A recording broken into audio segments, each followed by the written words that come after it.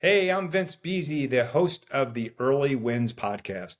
And on this show, we interview startup founders to uncover their secrets to success closing their first customers. During this 10-minute and 3-question episode, you'll gain insights and lessons to help you land your first deals, find market fit, and chart your path to scalability.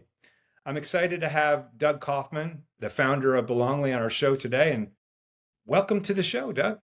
Thanks, Vince. It's great to be here. And I appreciate you doing this podcast. Hopefully it helps a lot of people. I hope so too. Otherwise, what's the sense of doing it, right? That's right. That's right. Hey, before we get into the questions, tell us a little bit about what you're up to. Give us a little back channel, some experience, what you've been doing and what you're up to at Belongly, please.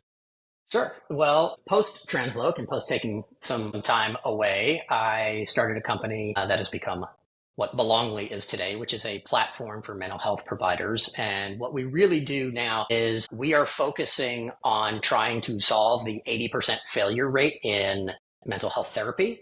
And that failure rate exists not because therapists aren't good or therapy doesn't work. It's because the clients, if you're looking for a therapist as the client, you need to be matched with a therapist that you end up trusting, liking, feeling like you have a warm relationship with and can work with that person. And unfortunately, nobody matches on those things. You just get matched with someone who's an expert and has availability on their schedule. That's a sure way to not have a good outcome with therapy. So what we do is we use AI to help match clients with therapists they are most likely to have a warm, trusting relationship with, and therefore have the most success with. Sounds like a need in the marketplace, my friend. It is. It is. So you ready for the first question? I'm ready for anything. Bring it on. So think in your past, think of now, doesn't matter. What was that first big win as a founder that really helped propel things in your past experience? We're trying to pull out what are the details of that first big client and why it was so impactful for the company? Yeah. Well, as you know, Vince, I've done 5 or 6 startups over what feels like 100 years. So I'm not going to go back too far because it won't be relevant anymore.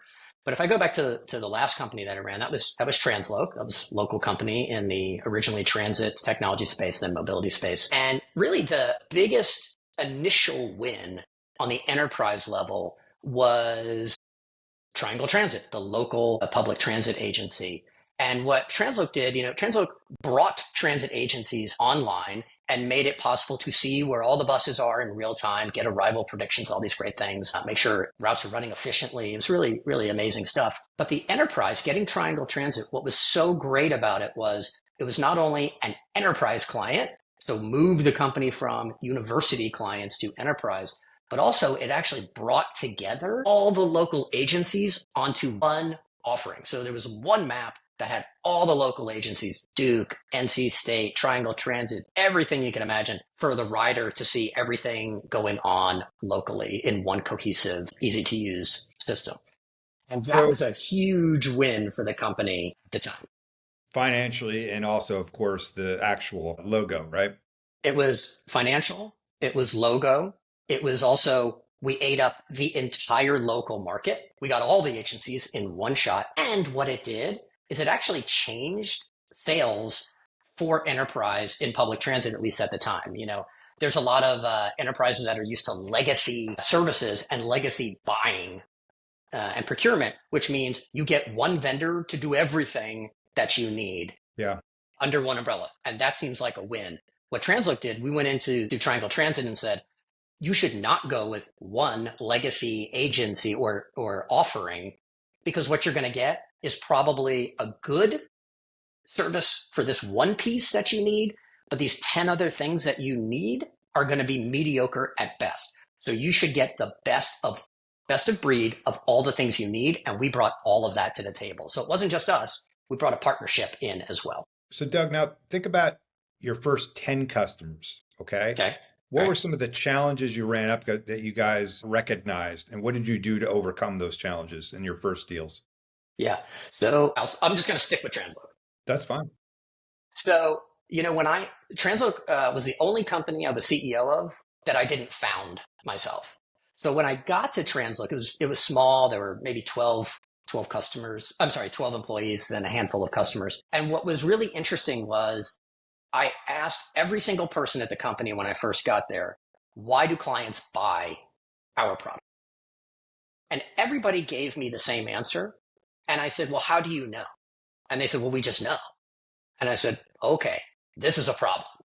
So I said, actually, none of you know. You believe, you have faith, but you don't know the truth. So we actually brought in a research company and did a research study. We talked to all of the existing customers, clients that did not buy from us, that went with someone else, to find out exactly why. And so the mistake, I would say, even though the company was doing fine, the mistake was not truly knowing why the customer was purchasing from us.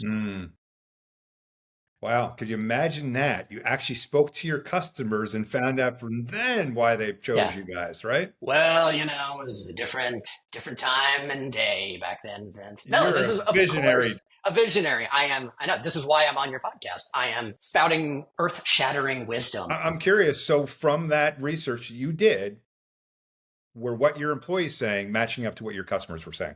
No. They had no idea why they were buying in reality. And not because they didn't know the product. They knew the market, they knew the product. We had great employees. But they thought clients were buying our technology. It was the best technology available. So that was not the case. From that research, from that study, what did you change? Well, we changed our sales and marketing for sure. And it changed the perspective of the company. So what we found is that clients were saying, I know that if I buy Transloc, I'm going to look great to my boss. The agency is going to look really good. The customer, the rider's going to like us more. I'm going to look good. I might get promoted. So there was like this little bit of vanity in it. And I don't mean that in a negative way. So now we could start tailoring our sales, our discussions, and our marketing to match why the customer was actually buying. That's awesome. That's awesome. Yeah. There's also this one other thing real quick is that we really, really, really wanted transit agencies to buy on sustainability, get cars off the road, save the planet. And all the transit agencies were in favor of it. Okay. They loved it. We talked about it. Yes. But they never bought on it. They did not hand over money because of sustainability. So the mistake early on was not truly understanding what they wanted and just selling on that. You can throw the other things in, sprinkle it in, but if you're spending 80% of your time discussing the things they don't buy on, you're wasting everybody's time. That makes a ton of sense. Yeah. Last question. What would be one piece of advice you give founders out there that are trying to land their first customers? Well, given the answers I've already given, this will be no surprise. It's not just talk to your customer, but you have to recognize that even in enterprise, you're not selling to a business. You're not selling to a corporation, an LLC, a C Corp, et cetera. You're selling to people. There's human beings. And so I would say focus on understanding the human being that's on the other side, that's looking to buy your product. Get evangelists, build relationships, truly understand them. And you don't have a relationship if you're not talking to them and really digging into trying to understand them, their needs, their pain points, and how you can help them most. That would be my number one thing. And that's similar to your advice in regards to the research on your customer base, right? Like it's do your research on what you think your ICP is and the people at your ICP, what they care about to really understand how you can talk to them, how you can message them, how you can present your value, right?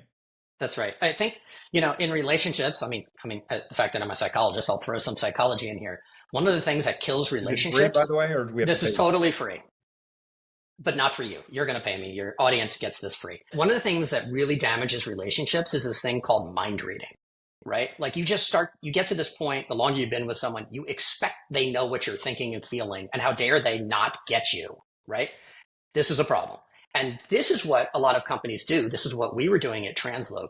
We just thought we knew what the people on the other side wanted. And that was really, that helped us get to where we were, but it was going to block us from getting to the next level. And so I would just reiterate to your audience, don't mind read, don't go on faith, talk to the client, then get them to pay you, go on data, get fact. Then you can build your faith, but your faith can be built on fact, not just opinion. Yeah. Faith based on fact. That Love it. sounds like a new religious organization. Let's end on that, my friend. Thank you for All coming right. on Early Wins, Doug. Thanks for having us. I really appreciate it.